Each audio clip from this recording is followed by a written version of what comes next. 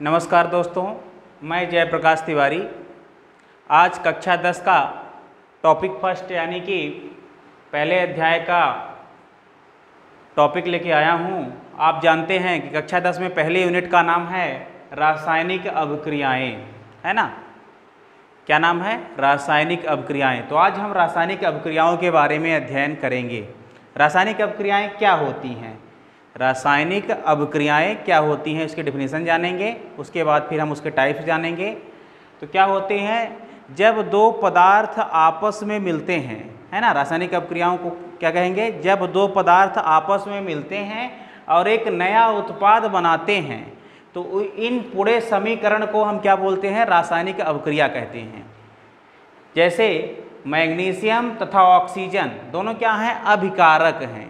अभिकारक मतलब आप अभिकारक को समझेंगे।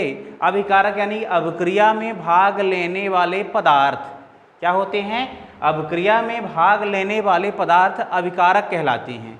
तथा उत्पाद क्या होते हैं? अभिक्रिया के दौरान या अभिक्रिया पूर्ण होने पे जो बनते हैं उनको हम उत्पाद कहते हैं। तो ये देखेंगे आप कि रासायनिक समीकरण किसे कहते हैं, इसकी डेफिनेशन लिखेंगे। रासायनिक समीकरण वे समीकरण होते हैं जिनमें दो पदार्थ आपस में मिलते हैं तथा अभिक्रिया पूर्ण होने पे हमें उत्पाद देते हैं। इन्हें ही रासायनिक समीकरण कहा जाता है। जब दो पदार्थ आपस में मिलते हैं तथा एक अभिक्रिया के दौरान एक प्रोडक्ट उत्पाद हमको देते हैं, उसे ही हम क्या कहेंगे? रासायनिक अभिक्रिया कहेंगे। रासायनिक अभिक्रिया में पहला मुख्य पॉइंट आता है रासायनिक समीकरण को लिखना। रासायनिक अभिक्रिया तो हमने डेफिनेशन बता दी, लेकिन जो एक उदाहरण होता है एग्जाम्पल, इसमें सबसे बड़ी बात होती है रासायनिक समीकरण को संतुलित करना या रासायनिक समीकरण को हम कैसे लिखते हैं, ये डिपेंड करता है। बहुत ही महत्वपूर्ण चीज़ है। जैसे कि यहाँ पे क्या हुआ, मैग्नीशियम तथा ऑक्सीजन ये क्या करते हैं? मिलते हैं, तो क्या बनता है आपका? Magnesium oxide. तो जैसे कि मैग्नीशियम क्या होता है आपका? Mg1 परमाणविक हुआ और ऑक्सीजन जो होता है अणु फॉर्म में लिखा जाता है O2। तो ये दोनों जब आपस में मिलेंगे तो क्या बनाएंगे? MgO। अब इसको हम संतुलित कैसे करेंगे, बैलेंस कैसे करेंगे? तो संतुलित करने का जो नियम होता है, ऑक्सीजन यहाँ पे क्या है देखिए 2 है, तो हम क्या करेंगे? प्रोडक्ट में हमको 2 लिखना पड़ेगा, ये हुआ। अब मैग्नीशियम हमारा यहाँ पे 2 हो गया, तो यहाँ मैग्नीशियम हमारा 1 था, तो इसके सामने भी हम 2 का मल्टीप्लाई कर देंगे, तो ये हमारी अभिक्रिया क्या होगी? संतुलित हो जाएगी। आप देखेंगे H2 + O2 = क्या हो गया? H2O। क्या हुआ? हाइड्रोजन और ऑक्सीजन आपस में मिले तो क्या बना दिए? पानी बना दिए। अब देखेंगे कि यहाँ पे ऑक्सीजन 2 है, तो हमको यहाँ 2 करना पड़ेगा, और 2 किए तो हाइड्रोजन कितना हुआ? 2 दूना 4। तो बैलेंस करने के लिए यहाँ पे 2 का मल्टीप्लाई कर दिए हाइड्रोजन के साथ, तो हमारा बन गया H2 + O2 = क्या बना? पानी, जल। ये रहा संतुलित करने का नियम। इस नियम को ही हम बोलते हैं हीट एंड ट्रायल विधि। रासायनिक समीकरण को संतुलित करने की विधि को ही हम बोलते हैं हीट एंड ट्रायल विधि। इसी तरह से आप बहुत सारे एग्जाम्पल ले सकते हैं। अब इसके बाद आता है रासायनिक अभिक्रियाओं के प्रकार, है ना। तो आप रासायनिक अभिक्रिया समझ गए हैं। रासायनिक अभिक्रिया में क्या क्या होते हैं? मुख्य बिंदु जो होते हैं क्या क्या होते हैं? अभिकारक क्या होते हैं? अभिकारक, या इन्हीं को बोला जाता है क्रियाकारक। और ये क्या हुआ? उसके बाद आपका जो बनता है उसे हम बोलते हैं उत्पाद। और बीच में एक आपका एरो लगा रहता है, दोनों के मध्य एक एरो लगा रहता है, तो ये क्या होता है? एरो यानी अभिक्रिया के इस पार और उस पार, ये मध्य में दोनों को जोड़ने का काम करता है। तो जितना हमारा अभिकारक रहता है उतना ही हमको उत्पाद मिलना चाहिए। ये हमारा इतने मुख्य बिंदु हैं, इनके मध्य रहते हैं। या तो हम क्या लगाते हैं? ये समता का चिन्ह लगा देते हैं, या बराबर। अभिकारक और उत्पाद के बीचों बीच क्या होता है? एक आपका समता का चिन्ह लगाए या आपका एरो का चिन्ह लगा के अभिक्रिया को हम लिखते हैं। अब ये क्या होते हैं? यदि अभिक्रियाएं 2 से अधिक हैं, यानी कि अभिकारक आपके 2 रहेंगे तभी तो अभिक्रिया होगी। तो 2 रहते हैं तो उनके मध्य क्या लगाते हैं? प्लस चिन्ह लगाते हैं। यदि उत्पाद भी हमारे 2 से अधिक मिल रहे हैं या 2 मिल रहे हैं तो उनके मध्य भी क्या करते हैं, 2 के मध्य, पदार्थों के मध्य क्या करते हैं, यौगिकों के मध्य प्लस साइन का चिन्ह लगा देते हैं। अब देखेंगे हम रासायनिक अभिक्रियाओं के प्रकार। क्या देखेंगे, रासायनिक अभिक्रियाओं के प्रकार। तो रासायनिक अभिक्रियाएं मुख्य रूप से 2 प्रकार की होती हैं। पहला है आपका संयोजन अभिक्रिया, कौन सी, संयोजन अभिक्रिया, और दूसरा है आपका वियोजन अभिक्रिया, है ना। जैसा कि नाम से ही स्पष्ट है, संयोजन अभिक्रिया वे अभिक्रियाएं जो क्या होती हैं, आपस में मिलती हैं, संयोजित होती हैं, ऐसी अभिक्रियाओं को हम संयोजन अभिक्रिया कहते हैं। यानी ऐसी अभिक्रियाएं जिनमें पदार्थ क्या होते हैं, आपस में मिलते हैं और एक उत्पाद बनाते हैं, तो उसे हम संयोजन अभिक्रिया कहते हैं। ऐसी अभिक्रियाएं जिनमें 2 अभिकारक आपस में संलयित होते हैं, मिलते हैं और एक उत्पाद बनाते हैं, तो उसे ही हम क्या बोलते हैं, संयोजन अभिक्रिया कहते हैं। जैसे हमारे जो एग्जाम्पल दिए हैं, Mg + O2 = 2MgO, ये आपका संयोजन अभिक्रिया का उदाहरण है। कौन सा है, संयोजन अभिक्रिया का। H2 + O2 = क्या हुआ, 2H2O, ये भी आपका संयोजन अभिक्रिया का उदाहरण है। अब इसके बाद हम देखेंगे कि वियोजन अभिक्रिया क्या होती है। जैसा कि नाम से ही स्पष्ट है, वियोजन, यानी कि वियोजन मतलब विभाजन। तो ऐसी अभिक्रियाएं जिनमें अभिकारक क्या होते हैं, एक अभिकारक होता है और उत्पाद 2 होते हैं या 2 से अधिक होते हैं, 3 होते हैं, विभाजित हो जाते हैं, तो इस प्रकार की अभिक्रियाओं को हम वियोजन अभिक्रिया कहते हैं। ऐसी अभिक्रियाएं जिनमें अभिकारक एक होता है, वह अभिकारक क्या होता है, अलग अलग टूट जाता है या कई भागों में विभाजित हो जाता है, तो इस प्रकार की बनी हुई अभिक्रिया को हम वियोजन अभिक्रिया कहते हैं। जैसे कि आप देखेंगे वियोजन अभिक्रिया का उदाहरण, तो आप देखेंगे कि वियोजन अभिक्रिया का एग्जाम्पल देखेंगे, क्या उदाहरण, इसमें क्या होता है कि फेरस सल्फेट FeSO4 जो होता है क्या बनाता है, जब इसमें हम ऊष्मा देते हैं, हीट देते हैं, तो ये हमारा फेरिक ऑक्साइड बनाता है और उसके बाद आपका SO2 गैस तथा SO3 गैस बाहर निकलती है। तो ये आपका क्या है, वियोजन अभिक्रिया का उदाहरण है। इसमें क्या होता है, फेरस सल्फेट को जब हम क्या करते हैं, ऊष्मा देते हैं, तो ऊष्मा के द्वारा क्या होता है, टूटता है। और किसमें, कितने भागों में टूटता है, 3 भागों में टूटता है। आपका फेरिक ऑक्साइड Fe2O3 और आपका सल्फर डाइऑक्साइड तथा SO3 सल्फर ट्राइऑक्साइड बनाता है। तो इस प्रकार के अभिक्रियाओं को हम क्या बोलते हैं, वियोजन अभिक्रियाएं बोलते हैं। ये आपका इसी तरह से दूसरा एग्जाम्पल हम देख सकते हैं कि आपका क्या है, कैल्शियम कार्बोनेट CaCO3।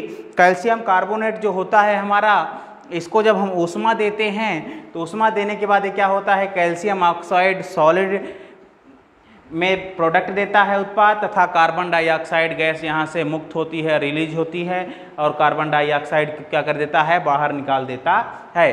तो अभी हमने क्या जाना, ये है हमारी सभी अभिक्रियाएं क्या, वियोजन अभिक्रियाओं के उदाहरण है। इसके ऊपर क्या है, संयोजन अभिक्रियाएं थी। संयोजन अभिक्रियाओं में क्या होता है, दोनों में मेजर अंतर आप जानेंगे कि संयोजन अभिक्रियाओं में क्या होता है कि ऊष्मा उसमें मुक्त होती है।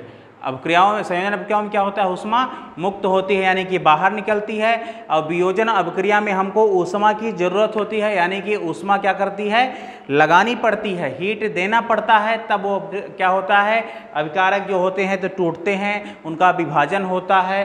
तो इस प्रकार की अभिक्रियाओं को हम वियोजन अभिक्रिया कहते हैं। तो हमने क्या क्या जाना, रासायनिक अभिक्रियाएं किसे कहते हैं, रासायनिक अभिक्रिया को आपने जाना। रासायनिक अभिक्रिया के बाद हमने समीकरण कैसे लिखते हैं उसको जाना। समीकरण को हम हीट एंड ट्रायल विधि कहते हैं। समीकरण बैलेंस को हम क्या बोलते हैं, हीट एंड ट्रायल विधि। इसको इंपॉर्टेंट ध्यान रखिएगा, ये आपका NCERT का क्वेश्चन है, पूछता है कि इस एक कौन सी विधि द्वारा हम रासायनिक अभिक्रियाओं को संतुलित करते हैं। तो ये रासायनिक अभिक्रियाओं के संतुलन की विधि को क्या कहा जाता है, तो उसको हम बोलेंगे हीट एंड ट्रायल विधि। ये हमारा क्या है, रासायनिक अभिक्रियाओं को संतुलित करने की विधि है। उसके बाद हमने रासायनिक अभिक्रियाओं के प्रकार जाना। तो रासायनिक अभिक्रियाएं जो हैं तो दो प्रकार की होती हैं। कौन कौन सी है? आपका संयोजन अभिक्रिया है और दूसरा है वियोजन अभिक्रिया। ठीक है, अब हम देखेंगे कि विस्थापन अभिक्रिया। इसके बाद क्या है? विस्थापन अभिक्रिया। तो विस्थापन अभिक्रिया हम क्या कहेंगे? इसमें क्या होता है, आप सामान्य शब्दों में समझेंगे विस्थापन को। विस्थापन करना मतलब उसको बाहर हटा देना या अलग कर देना, विस्थापित कर देना, है ना। तो आप परिभाषित इसको कैसे करेंगे हम? वे अभिक्रियाएं जिसमें क्या होता है, किसी भी पदार्थ को कोई दूसरा पदार्थ क्या करता है, उसके साथ मिल करके उसके किसी भाग को बाहर निकाल देता है, उसे हम क्या बोलेंगे? विस्थापन अभिक्रियाएं। तो आप सामान्य शब्दों में इसको समझेंगे। विस्थापन अभिक्रियाएं वे अभिक्रियाएं होते हैं जिसमें कोई पदार्थ आपका किसी दूसरे अभिकारक के किसी एक भाग को बाहर निकाल कर देता है, तो उसके स्थान पे वो जुड़ जाता है, उस अभिक्रिया को हम विस्थापन अभिक्रिया कहते हैं। जिसमें जैसे आपका लेड Pb है और दूसरा आपका पदार्थ है यौगिक CuCl2।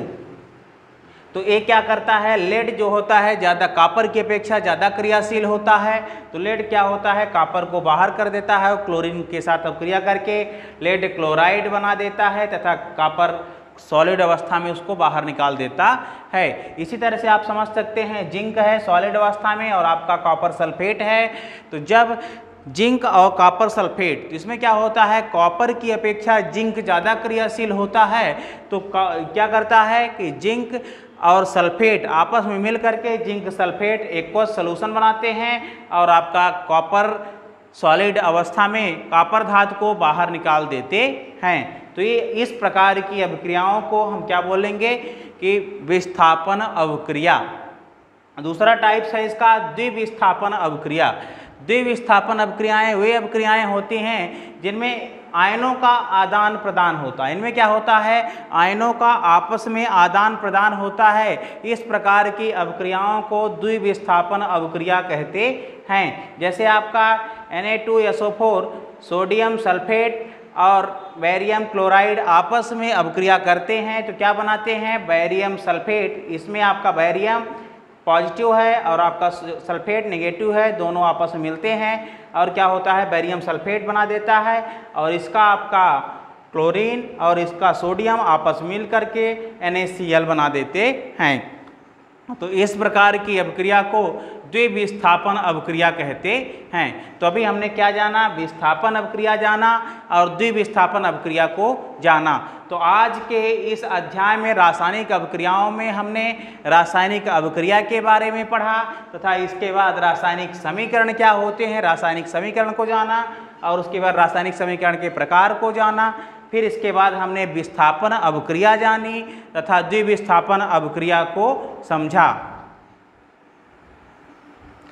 अब इसके बाद हम देखेंगे कि उपचयन क्या होता है तथा अपचयन।